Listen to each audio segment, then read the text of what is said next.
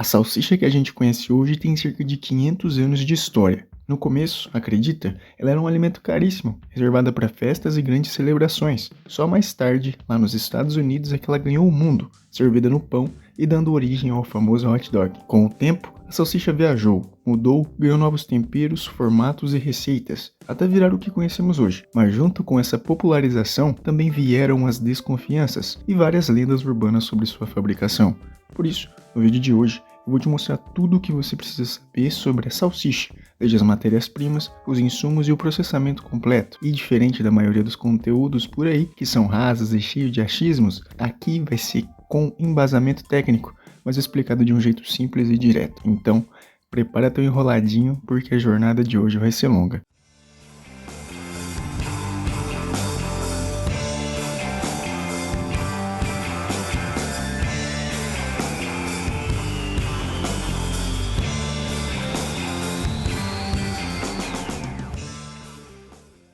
Tudo começa com a carne, o ingrediente principal que define a identidade de qualquer embutido.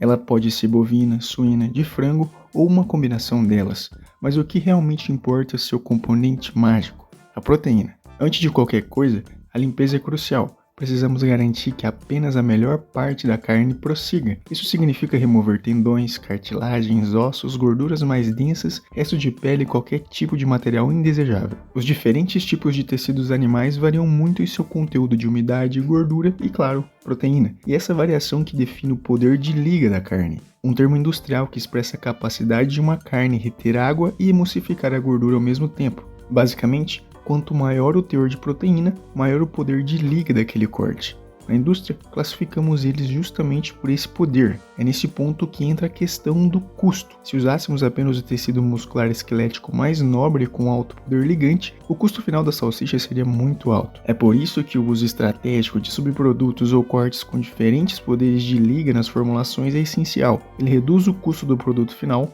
permitindo o balanceamento entre qualidade e preço. Falando neles, o principal subproduto usado nos derivados cárneos é a famosa carne mecanicamente separada. Como o seu nome já entrega, é a carne removida dos ossos por um processo mecânico feito com máquinas que raspam e separam o tecido muscular. A grande vantagem é o reaproveitamento máximo da matéria-prima, carne que de outro modo seria descartada. É um recurso tecnologicamente valioso, capaz de substituir até 60% da carne in natura na formulação da salsicha. Mas a CMS exige atenção redobrada. O processo mecânico gera aquecimento natural, e se a temperatura ultrapassar 10 graus Celsius, já é suficiente para favorecer o crescimento de micro-organismos e acelerar a oxidação da gordura, como expliquei em detalhes nesse vídeo aqui. Por isso, como esse subproduto representa a maior parte da matéria-prima da salsicha, ele precisa ter qualidade, com boa capacidade de ligação, teores controlados de umidade, gordura, proteína e, acima de tudo, manutenção rigorosa da temperatura em todas as etapas do processo. Outro grupo importante de coprodutos são os miúdos comestíveis. O fígado é talvez o mais utilizado, principalmente por ser um alimento com alto valor nutritivo e rico em proteínas.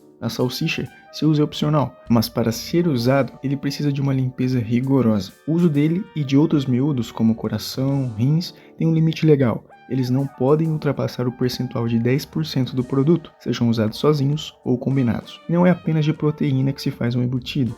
A gordura e o toucinho são indispensáveis, pois eles fornecem o paladar adequado e aquela suculência característica. Eles são usados em teores que variam geralmente entre 15% e 30% da formulação. Mas não é qualquer gordura que serve. A melhor escolha é o toucinho suíno de boa qualidade, que deve ser branco, firme e sem cheiro, sendo essencial para a textura final. Ok, com as matérias-primas em mão, vamos começar. As carnes podem estar congeladas e devem ser cortadas com o uso de quebrador de blocos, até se obter pedaços de carne adequado para serem moídos.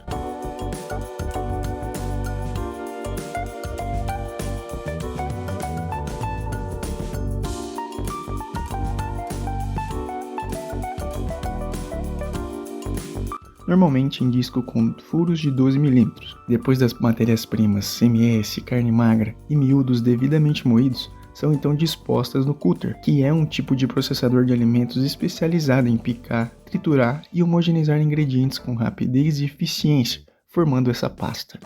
Os embutidos de massa fina necessitam de maior grau de subdivisão de partículas para melhorar a extração das proteínas. Portanto, quanto mais superfície de contato, melhor. Enquanto deixamos as carnes serem refiladas no equipamento, vamos pesar os outros ingredientes que terão um papel muito importante. Um aditivo alimentar é definido como uma substância não nutritiva adicionada intencionalmente ao alimento, geralmente em quantidades pequenas para melhorar a aparência, sabor, textura e propriedades de armazenamento. A pesagem incorreta de algum deles representa um perigo de contaminação química, por isso, precisa de precisão rígida devido à sua toxicidade. As categorias e suas finalidades mais usadas são os acidulantes, que servem para realçar o sabor ácido e influenciam na conservação microbiológica dos alimentos, os antioxidantes, que promovem a redução rápida dos agentes de cura, mantendo assim a cor e o aroma do mesmo, os conservadores, que evitam a deterioração por micro-organismos, o nitrito e o nitrato, por exemplo, são também responsáveis pelo sabor e aroma característico e agradáveis dos produtos curados e responsáveis também pela cor. Expliquei de forma completa sobre os seus perigos nesse vídeo aqui.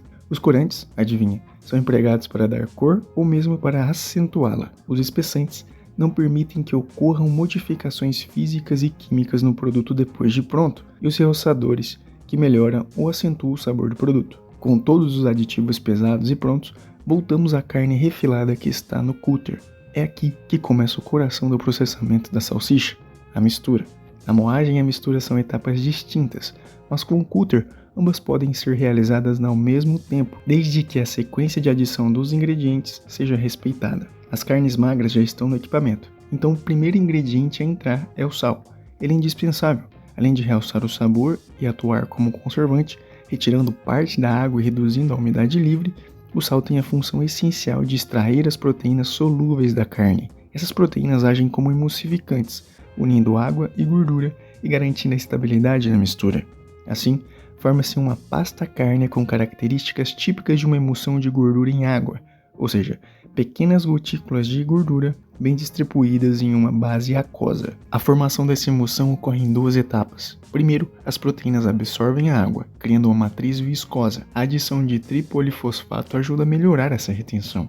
Depois, elas se solubilizam, envolvendo os glóbulos de gordura e estabilizando o sistema. Parte dessas proteínas permanecem nas fibras musculares, enquanto a outra parte solubilizada atua diretamente na emulsão. Nesse ponto, ocorre o encapsulamento da gordura. As proteínas se organizam ao redor dos glóbulos, formando uma camada protetora que impede que a gordura se una ou se separe, o que mantém a massa firme, estável e homogênea. Essa estabilidade é possível porque as proteínas possuem regiões com afinidade tanto pela água, tanto pela gordura, os chamados grupos hidrofílicos e hidrofóbicos. Com a emulsão em andamento, é hora de adicionar metade do gelo. Isso é fundamental porque durante o processo, a temperatura da massa tende a subir devido ao atrito. Se ela ficar muito alta, as proteínas da carne podem se desnaturar em excesso. Quando isso acontece, a mistura perde viscosidade, ou seja, fica mais líquida. Isso faz com que a gordura se separe da massa, comprometendo a textura e a estabilidade. O gelo entra justamente para evitar esse superaquecimento. Ele ajuda a controlar a temperatura e manter a mistura firme, porque absorve muito calor ao derreter. Por isso, é uma vantagem a matéria-prima inicial ser congelada, ajuda a reduzir esse risco, além de baixar perigos microbiológicos. Mas a estabilidade não depende apenas das proteínas cárneas. Os ligadores vegetais também entram em cena para reforçar a estrutura. Eles são utilizados pelo mesmo motivo que a carne de boa qualidade, por seu alto teor de proteínas, atuando como um suporte adicional, ajudando a fortalecer a emulsão e a manter a mistura estável durante o processamento e o cozimento, além de abaixar o custo. Entre os mais comuns estão os produtos de soja e a carragena, cada um com uma função específica, mas todos contribuindo para a textura final. Em seguida, adiciona-se o toucinho, previamente picado, em um disco com furos de cerca de 4 mm. Esse tamanho é ideal para facilitar a homogeneização dos glóbulos de gordura durante a emulsificação, garantindo uma distribuição uniforme da massa. Nesse ponto, também entra o restante do sal. Essa segunda adição continua atuando para que as proteínas permaneçam disponíveis, evitando a separação das fases. Além disso, os outros ingredientes, como antioxidantes e estabilizantes, entram nessa etapa para ajustar o sabor, a cor e a resistência térmica da massa, preparando-a para as etapas seguintes do processamento. Logo depois, adiciona-se o restante do gelo, para manter a temperatura da massa abaixo de 16 graus. Com a temperatura sob controle, a massa é deixada homogeneizar por alguns minutos permitindo que todos os ingredientes se integrem de maneira uniforme. Somente ao final são adicionados os condimentos e aromas, pois se colocados muito cedo, o calor gerado durante a mistura poderia provocar perda dos compostos voláteis, comprometendo o aroma e o sabor. Após a homogeneização, a massa pode ser armazenada por um período de tempo para permitir o processo de cura. Esse repouso pode variar de 30 minutos até algumas horas. O ideal é que a massa permaneça em baixa temperatura, geralmente abaixo de 4 graus, evitando o crescimento microbiano e mantendo as propriedades funcionais das proteínas. Essa etapa de repouso ou cura não é obrigatória, mas quando aplicada, melhora o produto final, resultando em uma salsicha de melhor qualidade sensorial. Em seguida, a massa é transferida para o processo de embutimento, etapa responsável por conferir o formato característico das salsichas. Esse processo é realizado em máquinas embutidoras, nas quais a massa é introduzida em envoltórios, comumente chamado de tripas. Na fabricação da salsicha, as tripas naturais de suínos e carneiros são tradicionalmente utilizadas. Esses envoltórios naturais são altamente permeáveis à umidade e à fumaça, por isso são usadas em salsichas mais premium. Uma de suas principais vantagens é a capacidade de encolher e se ajustar perfeitamente à massa do embutido, acompanhando as variações de volume durante o cozimento e resfriamento. Além disso, são comestíveis e conferem boa aparência ao produto final. Entretanto, esse tipo de tripa apresenta algumas desvantagens, como irregularidade no tamanho e na espessura, variação de qualidade e maior carga microbiana, alto custo de mão de obra no enchimento e menor adaptabilidade aos processos mecanizados.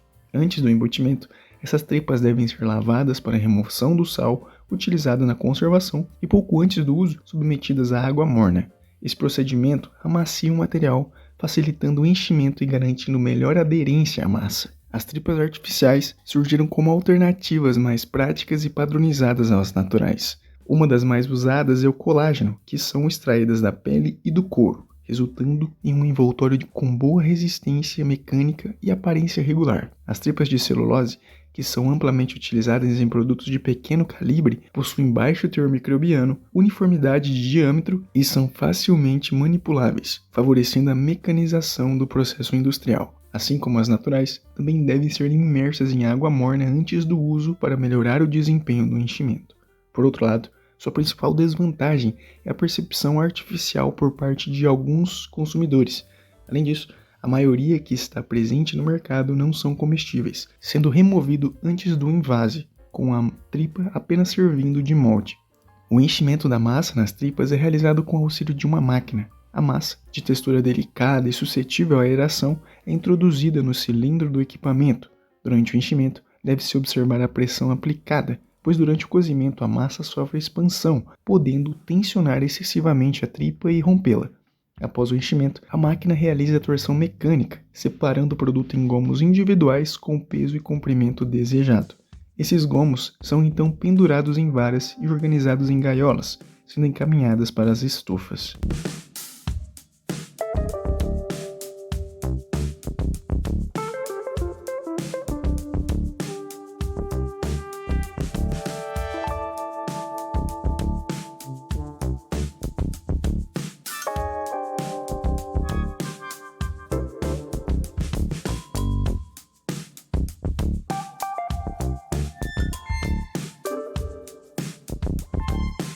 Que o objetivo dessa etapa é cozinhar a massa embutida, conferindo-lhe características sensoriais desejáveis. Como vimos na emulsificação, a gordura é envolvida pelas proteínas miofibrilares, especialmente a miosina, formando uma emulsão estável cuja durabilidade inicial varia de algumas horas até um dia. Com o aquecimento, essas proteínas coagulam, aprisionando os glóbulos de gordura e estabilizando a emulsão por tempo prolongado. Essa estabilização é essencial para evitar o fenômeno conhecido como quebra de emulsão, que há a separação da fase lipídica durante o aquecimento ou resfriamento. Além disso, o cozimento exerce papel fundamental na redução da carga microbiana. O tempo e a temperatura determinam o grau de destruição dos micro-organismos contaminantes. Após o cozimento, é indispensável o manuseio higiênico e o resfriamento imediato, através de chuveiros ou jatos de água em temperatura ambiente, pois o produto ainda pode sofrer recontaminação superficial ou permitir o crescimento de micro-organismos termorresistentes se mantido em temperatura inadequada. Quando são utilizadas tripas não comestíveis, como as de celulose ou poliamida, elas devem ser removidas antes da embalagem. No método tradicional, as salsichas são colocadas em tanques contendo uma mistura de água e gelo, geralmente a 2 graus, por cerca de 15 a 30 minutos. Esse choque térmico provoca a contração da massa cárnea, enquanto a diferença de retração entre a tripa e o produto facilita o desprendimento natural do envoltório. Assim, a remoção manual pode ser feita com facilidade, sem danificar a superfície da salsicha. Já nos sistemas industriais, utiliza-se o processo de descasque automático. Nesse processo, as salsichas são imersas em água gelada, reduzindo a temperatura da superfície para cerca de 10 graus. Isso enrijece levemente a estrutura e favorece o desprendimento da tripa. Por fim, um jato de ar comprimido ou um sistema de rolos de fricção realiza o deslizamento e a remoção completa da tripa, sem danificar o produto, parecendo uma metralhadora de salsicha, e apresenta grandes vantagens, como a padronização do produto, redução do tempo de operação, maior higiene e menor risco de contaminação cruzada, já que elimina o contato manual direto com o alimento. Independente do método utilizado, após o descasque, as salsichas são novamente resfriadas para interromper qualquer atividade enzimática. Em alguns casos, especialmente conforme a preferência do mercado consumidor, é desejável que a salsicha apresente uma coloração mais intensa e avermelhada. No entanto, fatores como a limitação no uso de sais de cura, ou o tipo de carne empregada e as condições de processamento podem resultar em uma cor final mais pálida. Nessas situações, aplica-se o processo de tingimento a frio, já que tem por objetivo intensificar a cor e uniformizar o aspecto visual do produto. O tingimento é realizado em tanques próprios, utilizando soluções aquosas de corante natural de urucum, cuja pigmentação é conferida principalmente pela bichina, responsáveis pelos tons alaranjados e vermelho vivo. As salsichas são imersas na solução corante por aproximadamente 2 minutos. Essa solução possui pH alcalino, o que ajuda na adesão inicial do pigmento à superfície do produto. Em seguida, as peças passam por um banho ácido, geralmente uma solução de ácido fosfórico a 1% ou ácido acético diluído, com o objetivo de neutralizar o pH e fixar o corante na superfície. Após o tingimento e a neutralização, as salsichas devem ser colocadas para secar, permitindo a fixação completa do pigmento. O resultado é um produto com aparência mais atrativa, atendendo às expectativas estéticas do consumidor. Então, os produtos seguem para a etapa de embalagem, que tem como principal objetivo proteger o produto contra contaminação, oxidação e perda de qualidade. O método mais comum é a embalagem a vácuo, que consiste na remoção total do ar do interior da embalagem, reduzindo a presença de oxigênio e, consequentemente, diminuindo o desenvolvimento de micro-organismos aeróbicos e retardando as reações de oxidação lipídica que causam a rancificação e alteração da cor. As estruturas mais utilizadas para as embalagens são compostas por filmes multicamadas, como o PAPE, que combinam resistência mecânica, barreira ao oxigênio e boa soldabilidade térmica. O nylon atua como uma barreira e confere rigidez, enquanto o polietileno garante o fechamento hermético e a flexibilização do material. Após o envase, as salsichas embaladas são colocadas em caixas de papelão para facilitar o transporte e em seguida armazenadas em câmaras frias sob temperatura baixa, garantindo a qualidade até o consumo. E olha só, essa é apenas uma das muitas formas de se fazer a salsicha. Pode parecer simples, mas por trás desse produto tão comum tem muita ciência. Os aditivos são parte essencial disso tudo. Eles ajudam a evitar riscos microbiológicos, manter a cor bonita, o aroma e até mesmo o tempo de validade. Sem eles, seria quase impossível a salsicha chegar até a gente com a mesma qualidade e segurança que a indústria garante hoje, por mais que algum deles são tanto quanto vilões. E para reforçar ainda mais essa segurança, muitas empresas fazem a pasteurização depois da embalagem, o que reduz ainda mais o risco de recontaminação, especialmente quando há alta manipulação ou matérias-primas inferiores. Agora é claro, salsicha ainda carrega um certo preconceito. Muita gente vê como algo ruim ou sem valor, mas na verdade, ela é um exemplo de aproveitamento tecnológico dentro da indústria. Um jeito inteligente de usar praticamente todas as partes da carne, evitando desperdícios e transformando o que antes seria descartado em um produto aceitável e seguro. Por isso, dá para dizer que a salsicha é muito boa para a indústria, porque reaproveita tudo, reduz perdas e ainda garante um alimento com boa aceitação. Mas é claro, boa para a indústria não quer dizer que a gente deva comer em excesso. O ideal é consumir com consciência, entendendo o que tem por trás do produto e lembrando que equilíbrio é sempre o melhor ingrediente. Mas que jornada, hein? Se você chegou até aqui, comenta o produto que você mais gosta que tem salsicha. O meu é enroladinho. E o seu? Espero que tenha gostado, entendido tudinho. Se quiser saber como é realizado o processo de outro produto muito popular, aqui tem o processamento completo do bacon. Imagina a combinação dos dois juntos. Se seu intuito é entender o maior segredo da indústria de alimentos, vou deixar esse vídeo onde explico o que são os tipos, como queijo tipo Gouda, linguiça tipo calabresa, enfim. Te vejo em algum desses vídeos. Um beijo pra você e tchau!